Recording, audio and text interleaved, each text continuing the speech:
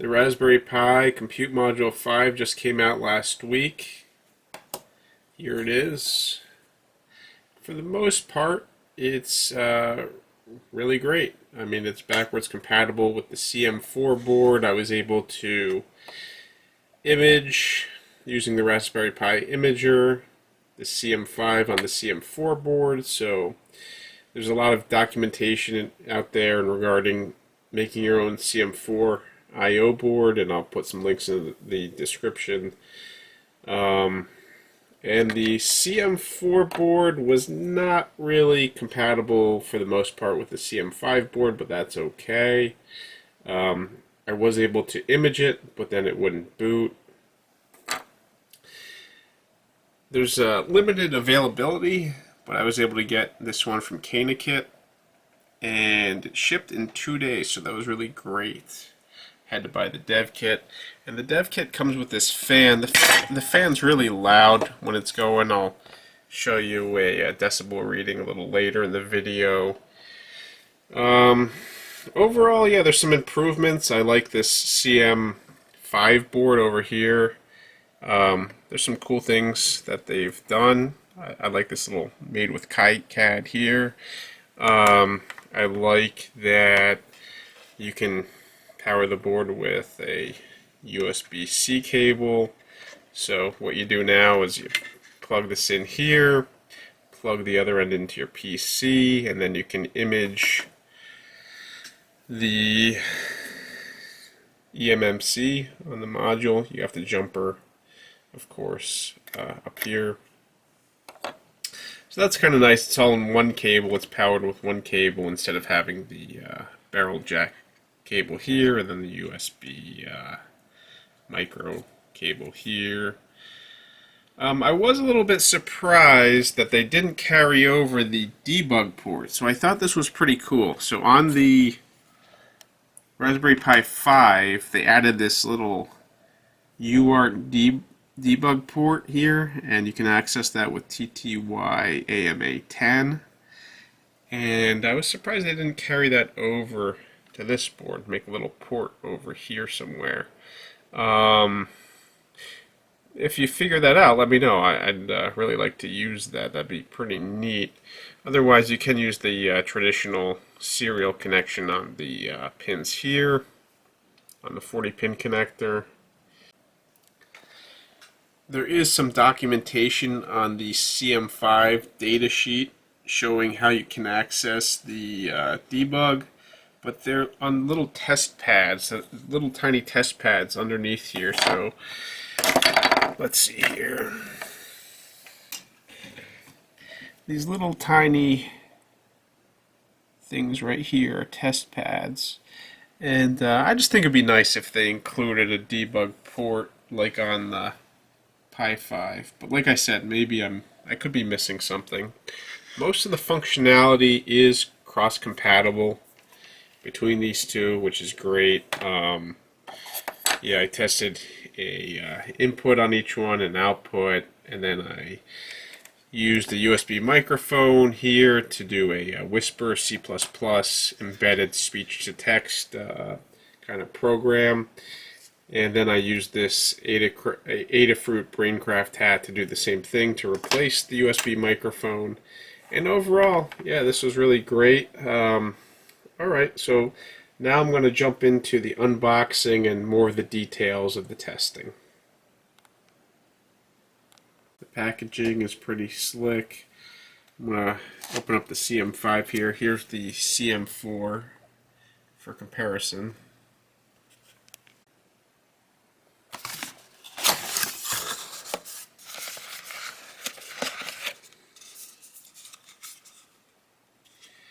This is the 4 gig of RAM version, 32 gigs of EMMC, so 4032.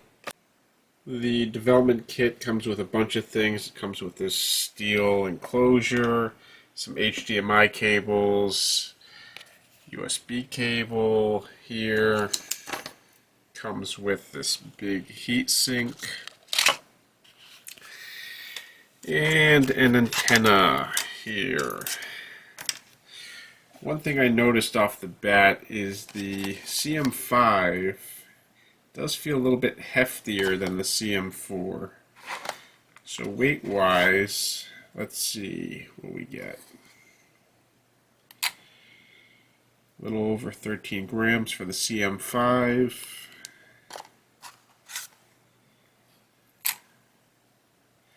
A little under 12 grams for the CM4. The thickness of the CM5 from the top of this heatsink here to the bottom of the Hirose connector is about 4.65 millimeters. It's very similar to the CM4. Maybe this is slightly thinner. The I/O boards are pretty similar as well. There's a couple differences. You can see the power button here. I think Jeff Geerling does a pretty good overview in his video of the differences. The power jack is another one.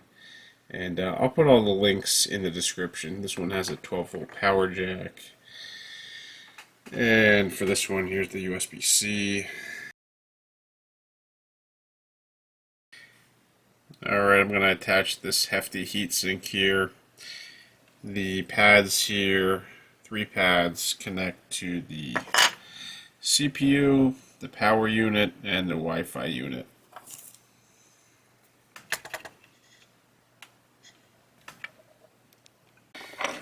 To get in here, there were 4 Phillips head screws that I removed. Also, this comes with a power supply. So I'll hook it all up and get it into a USB boot mode. And to do that, I'm going to jumper these 2 pins here all the way to the left. And I'll put resources in the description of this video just so you know how to do it. So that's going to get it into USB boot mode. We're going to turn it into a USB mass storage device that's going to be recognizable from the PC, and let's give that a shot. The latest version of the RPI boot program is running here from November 13th. I have the Pi. Alright, time to boot up the CM5 and the operating system for the first time. I'm going to remove the jumper here. Now we're out of that boot as a mass storage device mode.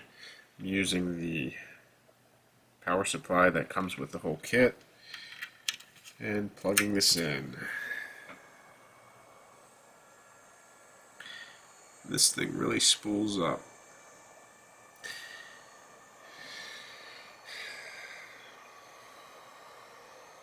And there goes the operating system. Good. The fan is on, and at about a foot away, we're getting an average of around 50 decibels. With the 27 watt USB-C power supply, this booted up right away, which is nice. I also tried using a cable from here to my PC's USB 3 port, and it didn't work. It just hung up when booting, so I would recommend going with this. The Raspberry Pi CM5 is in the Compute Module 5 IO board, and the input-output program works just fine. Alright, I have the Pi hooked up here where I have the TX going to the RX on the SAMD21, and then this cable is going over to my computer, and if I type in here, we're going to get characters out. That's good. So that's working. You could also use an FTDI serial to USB cable here. Let's see. Yep. Here we go. We're doing okay. We've got the CM5 on the CM5 IO board and running the Whisper tiny model. This will do up to the base model. So far, with all the tests I've done with the CM5, it's been backwards compatible and it's passed all the tests.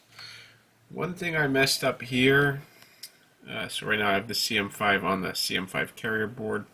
I was following these directions here, and I installed the desktop version for the Pi 5. I'm trying the I2C mic on here to use Whisper, and I installed the desktop version, and then after installing the desktop version and trying to get the I2C mic working with this audio setup from Adafruit, the desktop crashed, and that was my fault for not seeing this warning sign. So I'm going to install another operating system.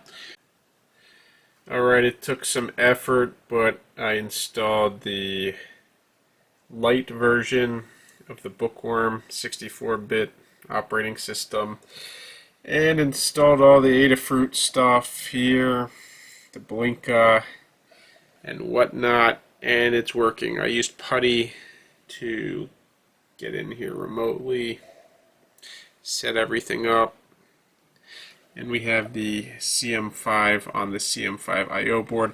I'm going to take this and move it to the CM4 IO board as well, and I think that's going to work too, just guessing. Looking pretty good. We're running the tiny model. The CM5 will do up to the base model, but I wouldn't push the small model.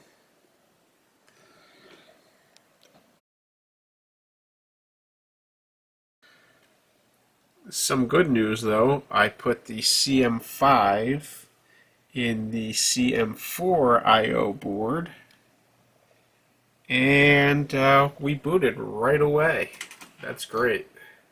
So you can use the CM5 board, well, CM5 in the CM4 IO board, so you don't have to buy a new IO board if you already have one, which is pretty cool.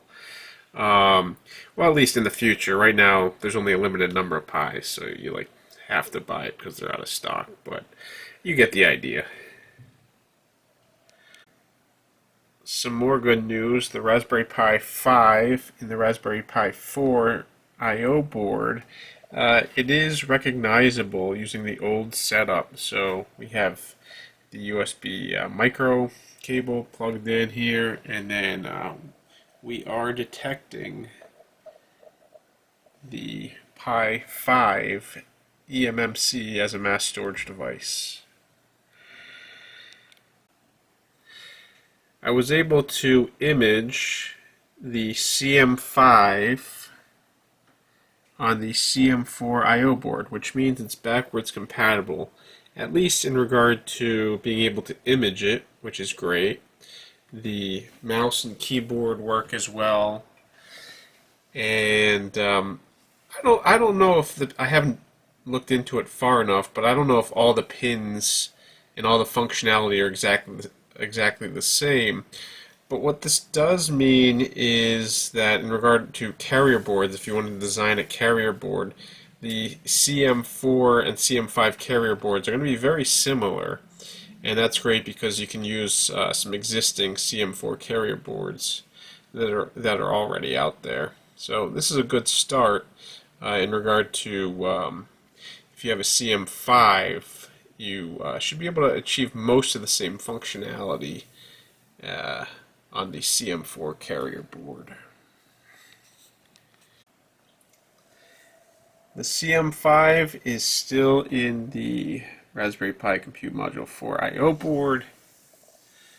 Going to try a program here where I press a button as an input and output an LED to turn on. So I'm going to follow these instructions here. I'll put the link in the description and we'll see if it works. Here is the line to compile. In out will be the program we run. Alright, time to run the program. I have this all hooked up here. Input here, 16. We have power, ground, and then output here. That's 25. So if I press this, the output lights up. Alright, so the I/O is working. Alright, some more good news. I'm using the CM5 on the CM4 test board, and I made this custom setup here, this little hat. This has a Zhao's SAMD board on top and a little diode, and yada yada yada. So we're transmitting characters from the, I'm typing them in this program, so I just type test. I'll just try to type like E, and then just R. Okay, so the characters are transmitting yada yada E. So the good news is, using this 40-pin setup, you can use this, and this is mostly backwards compatible overall. I noticed that the I/O, at least input 16 and GPIO pin 25, and the serial are working. Good news. The Whisper model, speech-to-text model, is working. The base model is the first one where the CPU doesn't saturate here. Whereas the small model, it's a little bit too much, so it clips off up here. But you can see that we are doing speech-to-text in real time with the Whisper C++ streaming. Notice how I don't have the fan going. It's because this fan is too loud, and for a speech-to-text embedded application, I think it's going to interfere with the speech, so I'm just going to leave that off. Well, I finally got this working. The CM5 is on the CM4 carrier I/O board, and we're using Whisper, the tiny model. You can do up to the base model, but I wouldn't do the small.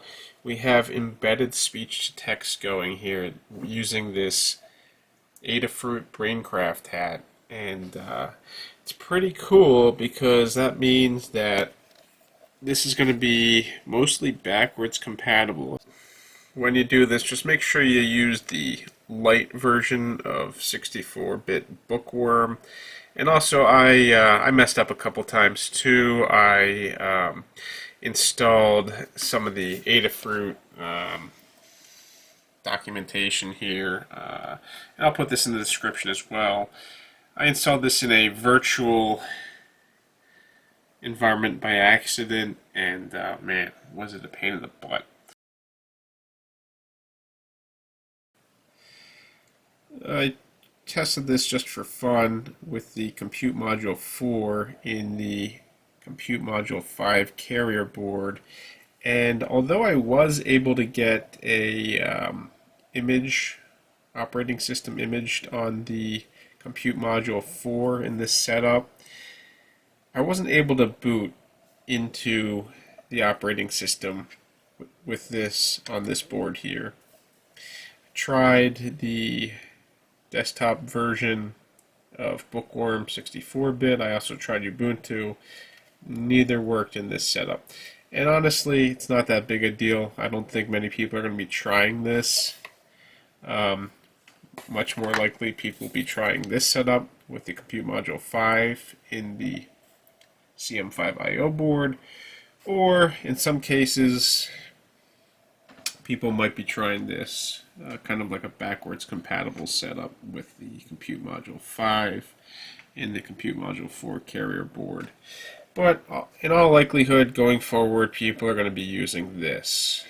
Now, if you know of any incompatibility issues, for example, with the CM5 on the CM4 IO board, or this setup here with the CM5 on the CM5 IO board, feel free to put them in the description, so just to inform other people.